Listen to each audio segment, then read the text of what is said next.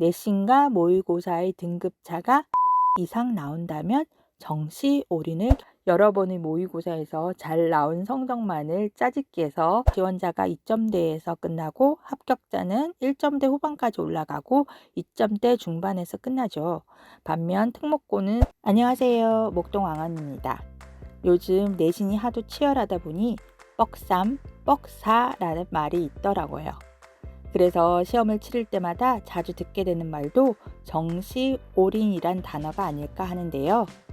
정시학대로 분위기가 많이 바뀌었지만 정시 올인은 위험하다고 얘기하는 전문가가 여전히 많고 학부모들도 정시 올인이란 말이 왠지 불안하시죠? 그럼 정시 올인해도 되는 아이와 안 되는 아이, 그 판단 기준과 늦어도 후회, 빨라도 후회라는 정시 올인 결정 시기 한번 알아볼까요?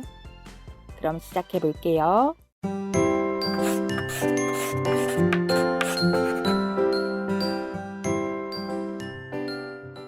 몇 년 전부터 정시가 확대됐다는 얘기를 들어보셨을 거예요. 과연 정말 정시가 늘어났을까요? 2022부터 2024학년도의 수시 모집과 정시 모집 비율을 살펴볼게요.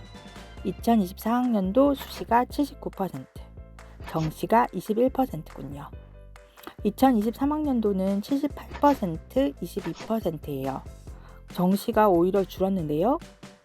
전년 대비 증감을 보시면 2022학년도에만 정시가 1.3% 늘어난 것을 볼 수 있어요. 정시 모집 인원은 줄었는데 누가 자꾸 정시 늘어났다고 정시 준비하라는 거야? 하실 수도요. 그럼 이번엔 수도권과 비수도권으로 나눠진 자료를 볼게요. 2024학년도 수도권 정시 비중 35.6%로 비수도권 11.9%에 비해 월등히 높아요. 2023학년도에도 마찬가지고요. 수도권과 비수도권 전형별 비율을 비교해보면 수도권에서는 수능, 종합, 교과, 실기, 논술 순서로 선발하고 있어요. 반면 비수도권에서는 교과, 종합, 수능, 실기, 논술의 순서예요. 이렇게 된 이유는 대입제도 개편안과 공정성 강화 방안에 따라서 수능 전형을 30% 이상, 서울 주요 16개 대학은 40% 이상 선발해야 하기 때문인데요. 비수도권 대학에서는 수능 또는 교과 전형에서 선택할 수 있었고 대부분의 대학이 교과 전형 30% 이상을 선택해서 교과 전형의 선발 인원이 가장 많아요. 비수도권 대학에 입학하기를 희망하는 학생이라면 정시보다는 교과 전형을 준비하는 것이 상대적으로 수월하게 대입을 치러낼 방법이 될 거예요. 비율이 61.5%나 되니까요. 그러나 만일 수도권 대학, 즉 인서울대학에 진학하고자 한다면 첫 번째가 수능, 두 번째가 종합 전형이 되는 거죠. 그러니까 정시 올인은 아무래도 수도권 대학 진학 희망자들이 고민하게 되겠죠. 실제로도 지방에서는 수능 또는 학종을 준비하는 학생들이 많지 않다고 하더라고요. 교과 전형을 준비하는 학생들이 가장 많대요. 그러면 인서울 주요 대학을 지망하면 정시 비율이 40%를 넘어 수시 2월 인원까지 고려하면 50%에 육박할 수도 있으니 정시 올인은 위험하다고 무조건 피할 수는 없는 고려해 봐야 할 선택지가 됐어요. 그럼 내신 못 봤다고 정시 올인을 외치는 우리 아이들, 무조건 고를 외치게 내버려둬도 되는 걸까요? 정시 올인 첫 번째 판단 기준은 내신으로 갈 수 있는 대학과 수능으로 갈 수 있는 대학의 하한선을 비교해보고 하한선 대학의 수준이 높은 쪽으로 결정해야 한다입니다.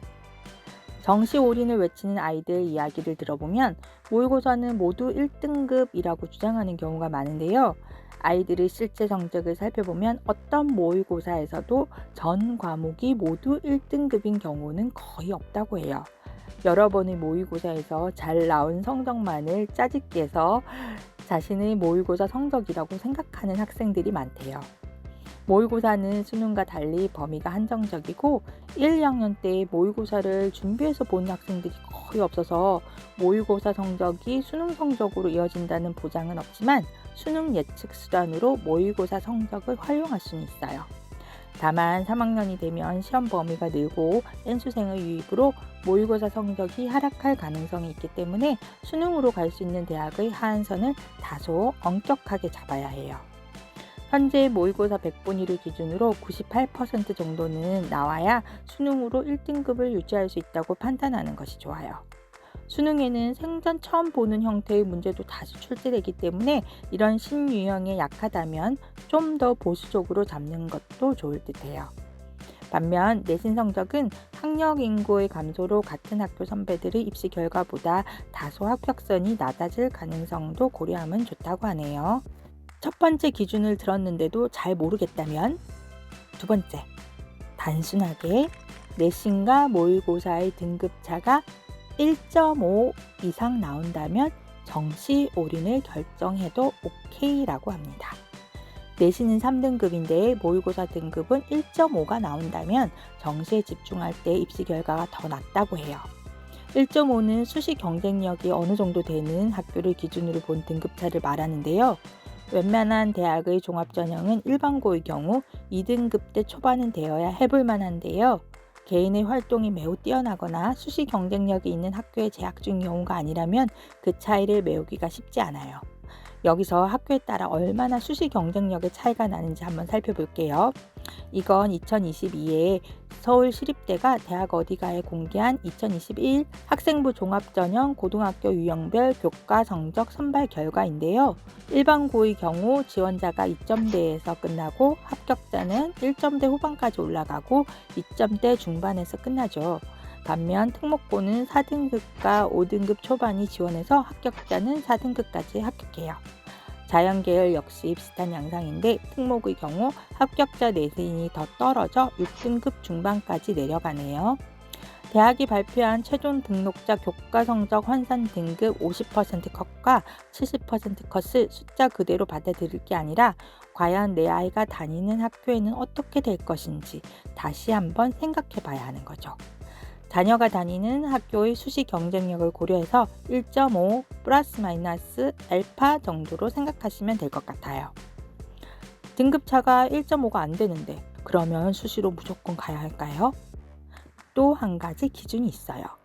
마지막으로 희망하는 대학이 높고 종합전형으로 못 간다면 당연히 정시에 올인해야 한다고 합니다. 정말 존경하는 선생님께서 해주신 말씀인데요. 학생부 종합전형이 교육적으로 옳다는 데는 동의하지만 그렇다고 내신 3등급의 학생에게 학종으로 지원하라고 정시로 성공할 가능성이 별로 없다고 얘기할 수는 없다고요. 이건 1학년의 경우도 마찬가지라고 하셨어요. 단 학교 상황과 학생 역량에 대한 객관적인 판단이 선행돼야겠죠. 보통 집중할 전형의 결정 시기로는 2학년 2학기를 마친 후를 많이들 추천했는데요. 최근 정시 비율 확대와 3학년 진로 선택 과목의 성취도 평가로 3학년 내신 역량력이 약해져 시기가 앞당겨지는 경향이에요. 그래서 수학과 과학 등의 공부량이 2배가 되고 일반 선택 과목이 들어와 성적의 차이가 나기 시작하는 2학년 1학기를 마친 시점에 자신이 지원할 전형을 생각해보면 좋다고 하네요. 또 학기가 끝날 때마다 전형의 방향성을 점검해야 한다고 해요. 내신 성적이 우위라면 과목별 세특을 챙기고 모고가 우위라면 활동을 줄이고 수능 준비를 늘리는 식으로요. 학교 상황과 개인의 능력에 따라 지원 전형의 방향성을 탄력적으로 가져가야 한다는 거죠. 수시 집중이든 정시 집중이든 내신은 어떤 경우라도 끝까지 가져가야 한다고 합니다. 2학년 때 내 내신과 모고 성적을 비교해보고 정시 올인을 결정했는데 3학년 때 모의고사 등급이 떨어질 수도 있고 내신과 모의고사는 시험 유형이 다른 것이지 학습하는 내용은 대동소이하기 때문이에요. 내신 공부를 열심히 하면 모의고사 성적도 오를 가능성이 크고요. 게다가 내신 준비 기간에는 많은 친구들이 학구열을 가지고 공부하기 때문에 긴장감이 조성되는데요. 모고는 다수가 긴장하지 않은 상태에서 혼자만 긴장감을 유지하면서 공부하기가 쉽지 않죠. 내신 시험 기간은 학습 긴장감을 유지하는 도구로 활용하면 좋다고 합니다. 정시 준비가 잘 되고 있는지를 확인해 보는 측면에서도 내신 시험에 진지하게 임하는 것이 좋다고 하네요. 이번 영상이 조금이라도 응시 전형 결정에 도움이 되기를 기원합니다. 중간에 많이 울더라도 끝엔 꼭 웃기. 다음에 또 만나요.